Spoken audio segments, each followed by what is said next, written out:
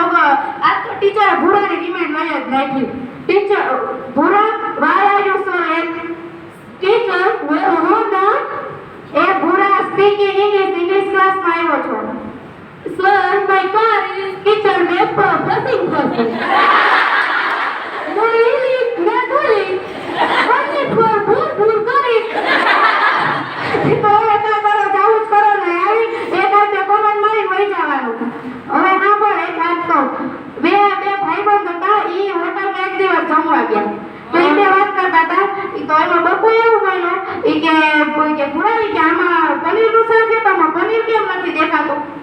તો એ કે સાનમુનો ખાઈ લેને ઈ કે ખોટી કે કશ્મીરના શાકમાં પછી કશ્મીર પાવડર ફૂલ દેખાઈ ગયા.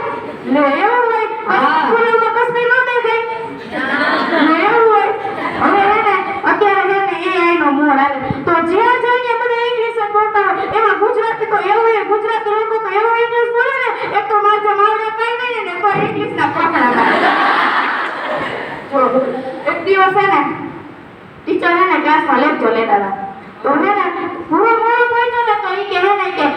મેં પૂછ્યું ને મેં ટીચર એવું પૂછ્યું કે કેમ પૂરો મોડો પડ્યો તો ઈ કે હે ને કે ટીચર અત્યારે ઉનાળો આવે તો બહુ ગરમી થાય તો મેં કીધું કેમ તો મેં કીધું ઇંગ્લિશમાં બોલ તો ઈ કે I don't like ઉનાળા I don't like ઉનાળા because very ગરમી and બફારાઈ વાતાવરણ. તને શું ખબર હમણાં મેં ફોન ખોલ્યો ને તો હે ને એમાં આવ્યું હતું ઈ કે ગૂગલ કે વેલકમ ટુ ગૂગલ લે એવું આવે પછી હે ને મેં તો પછી હે ને ઈ કે ઓલ્સો ઈ કે હે ને કે ઓલ્સો ઈ ગરમી કે મગજમાં પડી અને હે ને હંમેશા કે કંટાળ આવે પછી હે ને એક દિવસ મેં ફોનમાં જોયું ઈ કે હે ને પાણીપુરી મળે પછી ભેળપુરી મળે છોલેપુરી મળે શ્રીખંડપુરી મળે પણ આ મોબાઈલ જોઈને કોઈની ઊંઘ પૂરી નથી થતી.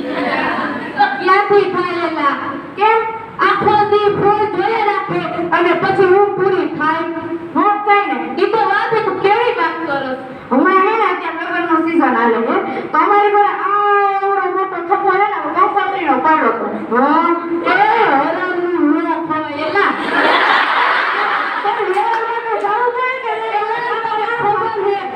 વ્યવહારમાં જાય કેટલું દેવું પડે ઈ ખબર આવું તો પડશે ને પણ કેટલું દેવું પડશે ઠામડા ઠોસરા ને દેવા ને ઓલું દેવું તો પડે તો સાંભળ જોઈએ ને ઈ કંકોત્રીનું બધી કંકોત્રી મેં વાંચી નાખી તો હે ને એમાં છોકરો હોય ને છોકરો લખેલો છોકરાને પણ ચીટા લખેલું હોય છે અને છોકરી રહે ને એની નામની આગળ અવસર લખેલી છે એવું કામ અવસરની તો નથી ખબર પણ ચીની ખબર છે શું થાય એટલે ચિરંજીવી અરે બુરા ચી એટલે ચિરંજીવી નો થાય ચી એટલે કે ચિત્તાગ્રસ્ત અને અવસર એટલે કે 2100 બરાબર એવું થાય કેવું શીખ્યું તને ખબર છે આના ગામની બહાર હે ને હોસ્પિટલ ખોલ્યું હોય હે હા ગામની આપણે ટીમ રહી ને એની બહાર ખોલ્યું હું યા શું કરવા ગયો તો વારી હું ગયો તો એ હોસ્પિટલે તો એક ધોળા કલરના લુગડાવાળી આવી અને મને કહે કે મારે બેસી જાવ તો હું તો બેસી ગઈ ને તો એને આવડી મોટી મોઈ આવી અને પછી આયા મને લગાડી પછી બે ટીપા લઈ તો મારું એમણા મળી ગયું હા લે તો તે રોજ ચેક કરાય હા તને એમાં ખબર પડે હા તો તે રોજ ચેક કરાય તો કોઈ ગ્રુપ આવ્યું 1 લાખ તો રોય સારું યાર તો પછી પણ છે ને તો વાત કહું તને હોઈ જાય વાત તો પડી જાય એ સફળતા તમારી લોહીમાં જ છે ખબર નહીં નિશાળમાં કેવે એ ગ્રેડ આવે હોય એટલે અરે કઈ હારો ધોરણમાં કઈ સુને પછી હે ને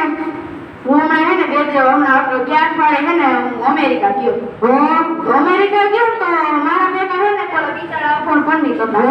તો અહીંયા ગયા ને તો ખબર નો હતા બેટા કે please water drink please water તો એ પંડિત દાદા ને મારા બાજુ બેઠા હતા તો મને કે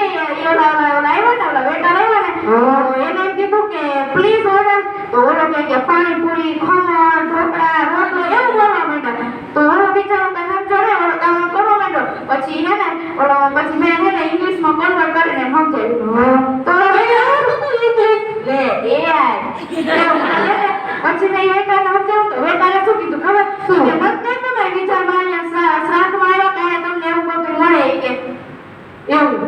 તો તને કેમ ઇંગ્લિશ આવડી ગયું યાર ફોનમાં જોયું હોય છે હું તને શું કહું એ બધું તો જો હું હે ને હમણાં એક દિવસ પાછળની શેરીમાં આવી જતી હતી કઈ શેરી ઓલા પાછળ નથી રહેતા કોણ ઓલા હમણાં હે ને અને ઈ છોકરો રહ્યો ને વિદેશમાં ભણે અને છગન બાપા છોકરો ને હા ઈ જીવીમાં ખબર જોયા બધા યાર બાકી તો યા ગયો તો એક મારી મમ્મીને ને ઇંગ્લિશ આવડે ને મને પૂછ્યું તો મને કે દીદી કે ઇંગ્લિશમાં કે ગામડાવાળામાં સિટીવાળામાં શું ફેર કે તો તે શું કીધું તો મેં કીધું છો હે ને સાંભળો સિટીવાળા છોકરા પડે ને તો એમ કે બેટા ચીંટુ અહીંયા આવો માતા દેડી આવશે ને બેદી તો હોસ્પિટલે લઈ જશે સમજો સિટીવાળા મમ્મી ને આટલા હોશિયાર હોય ગામડાવાળા મમ્મી ને હોશિયાર શું કે ખબર બચારો તો છોકરો પડ્યો હોય લાઈક હોય અને એક તો રોત હોય અને એમાં ગુજરાતી મમ્મી આને શું કે તને ખબર શું તારા બાપ નું શું ડાબલું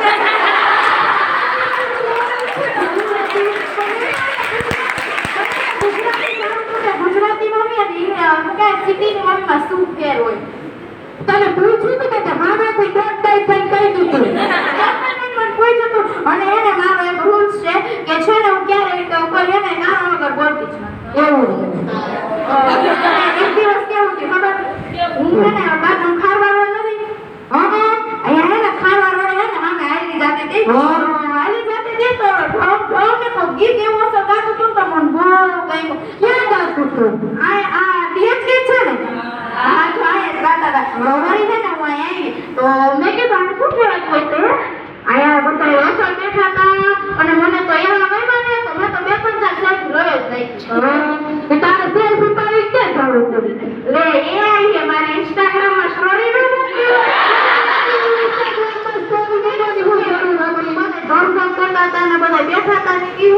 પ્રાર્થના કહેવાય એવું તો એને પ્રાર્થનામાં એને મેં એવું પૂછ્યું હવે હું ગયો એટલે મારું સ્વાગત તો કરે પણ મારી કેવડી ઇમેજ તો હું એને ગઈને પ્રાર્થનામાં તો મેં એમ પૂછ્યું કે તમારી આ સ્કૂલ હોય એની બહાર કોઈ ગો મૂકી જાય તો તમે શું કરો તમારી સ્કૂલની બહાર કોઈ ગો મૂકી જાય તો તમે શું કરો તો એમાં કે વચ્ચે ઓલો સેટારો પર તો છોકરો ઊભો થયો તો મને કે મેં કીધું તું બેટા મેં કીધું તાર સ્કૂલની બહાર કોઈ ગો મૂકી જાય તો તું શું કર તો મને કે છે ને કે આમાં સ્ટાફ આવે ને આમાં સ્કૂલમાં નિયમ હોય કે ગમે એ વસ્તુ મળે ને એનામાં સ્ટાફમાં જમા કરાવે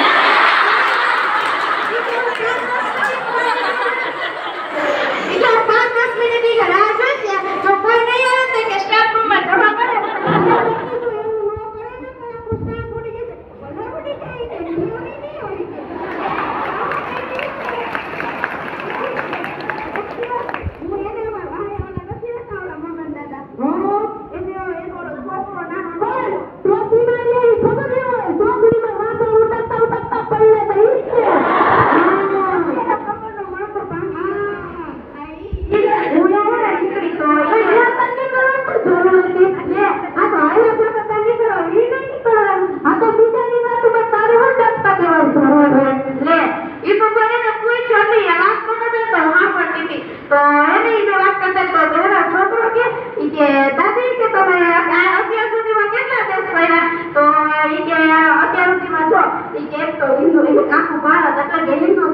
પછી કે પાકિસ્તાન ચલા એ પાકિસ્તાન કોઈ ફરવા ન જાય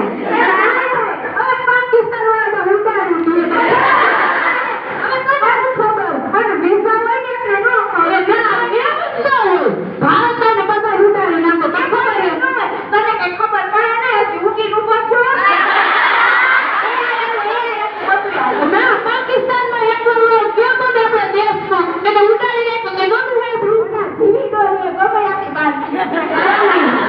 તો હે ને ઈ વાતો કરતા તો હે ને કે જોઈ કે એક આખું આપણું ભારત એટલે હિન્દુસ્તાન પછી પાકિસ્તાન પછી કે અફઘાનિસ્તાન તો હે ને અફઘાનિસ્તાન ગયો તો હા તો પછી હે ને ઓલા છોકરાએ પૂછ્યું બા ઈ કે દાદી કે હવે તમે ક્યાં જવાના તો 5 દિવસે નાની શેરીમાંથી હે ને તેરી વાળી કે કબ્રિસ્તાન કે